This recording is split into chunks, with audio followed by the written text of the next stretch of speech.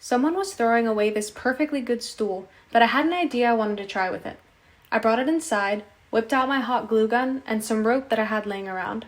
Using the hot glue to get started, I wrapped the rope around the stool until I made it all the way to the top. It's a little repetitive, but make sure to take your time and get consistent spacing between your strands. That'll really sell the look. And just like that, a discarded stool and some old rope turned into a designer-style basket. You could use this in so many ways around the house. I thought about using it to store my dog's toys, to have a place to put blankets, but I think I landed on using it as a planter in my entryway. Now all I have to do is find the perfect plant for my rope basket planter, and my entryway will be done. Take a bowl and cover the bottom in plastic wrap. Next, use a sponge brush and Mod Podge. Cover the entire bowl base with Mod Podge on the plastic wrap. Take rope and begin from the center of the base and wind it around towards the outer part of the bowl. Once completely dry, remove rope layer from the bowl and any excess plastic wrap. There you have it, a cheap way to create your own easy modern DIY storage and decor bowls for your home for less than $15. I hope this inspired you to try this DIY rope bowl project. Grab some cheap plastic bins from your local Dollar Tree. Take your bins outside and spray paint them thoroughly. I used a nice metallic copper color for them. Be sure to let them dry completely before taking them back in.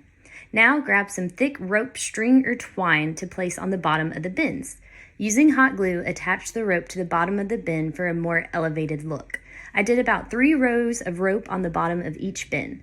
Next, place them wherever you need more storage and organization.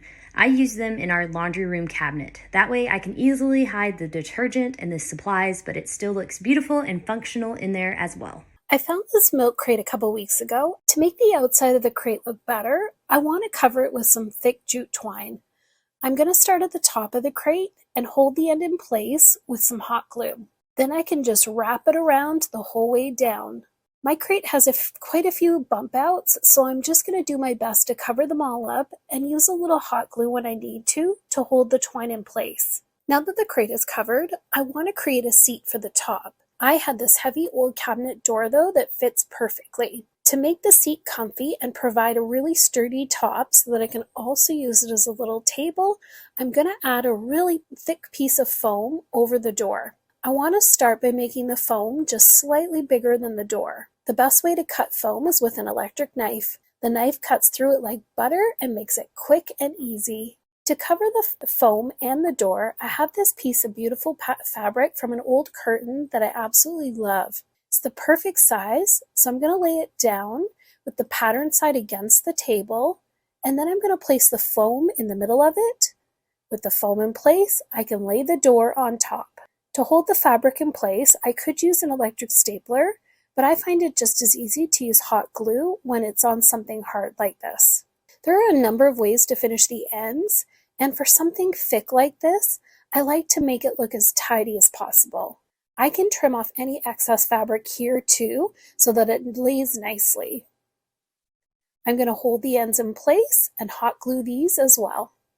I'll go ahead and finish the other end, and then it's ready to set in place on the top of the crate. I love how pretty this crate looks now, and that I not only have some extra storage, but it works wonderfully as a seat or a table too. So I grabbed this square cardboard box that I was going to recycle, and I cut off the flaps using a serrated kitchen knife. Once I had done that, I took this pink flat bed sheet and I folded it in half. I placed my cardboard box on the bed sheet, and then I just did a test run wrapping the sheet around the box to make sure that I would have enough before cutting down my bed sheet. Once I had cut my bed sheet down to size, I made sure I took my household iron and I ironed out any wrinkles in the bed sheet.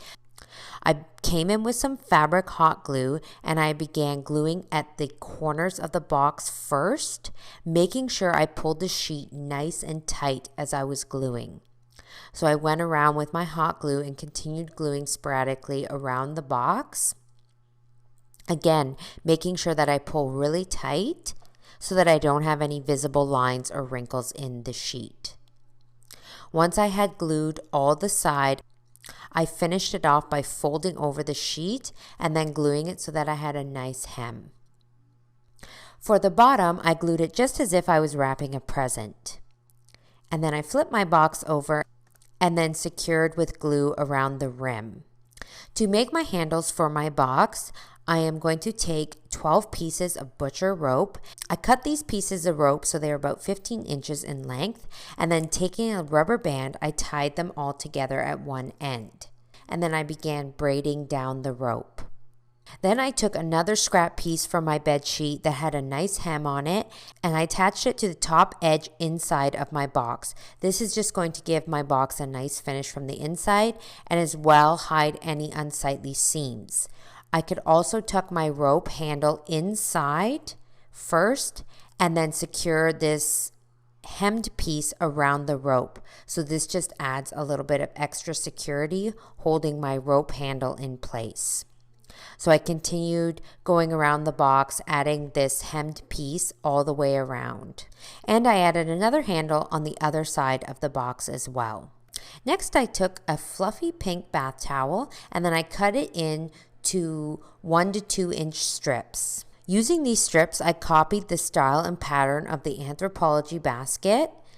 So I began doing one strip at the bottom and then going about 2 to 3 inches above that one, I applied another strip of the bath towel.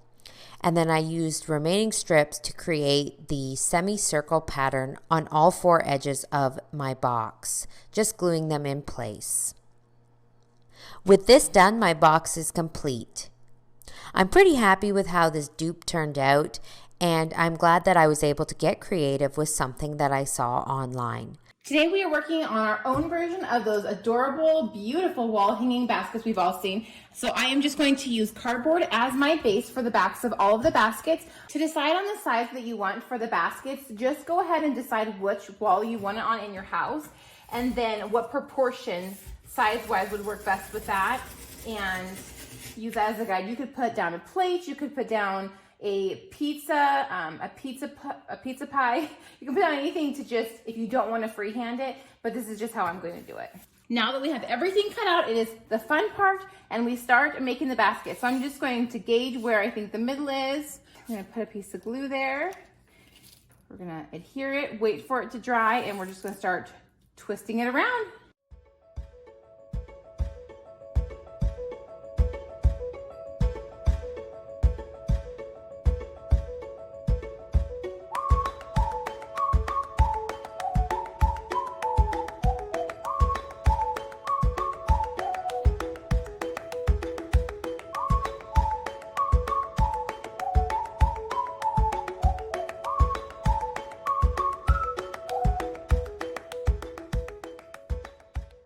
For this one, I'm going to want it to start having a small little lip on the side. So instead of doing it on the cardboard now, I'm going to just apply a little bit to the side of the rope, and I'm going to hold it there while slightly turning up. And so I'm going to continue to do that for probably about 3 or 4 turns until there's a little bit of a lip on the side, and then I will be done with this one and we move on to the next.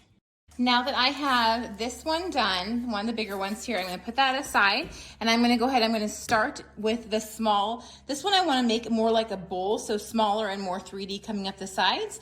I've decided that this is as big as I want the bottom to be, so I'm just going to put it on a cutting board real quick. I'm going to cut away the rest very carefully of the cardboard. I can move on to the next part and start making it 3D and rise up.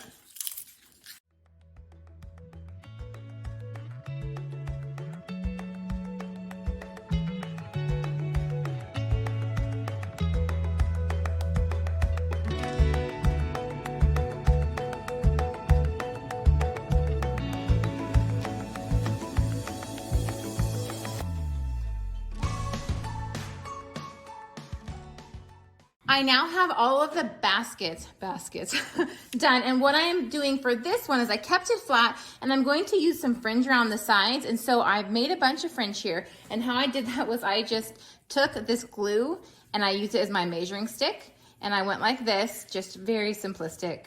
Cut it here, and then you're simply going to unravel a little bit on this side, and then you're going to unravel it a little bit on this side as well.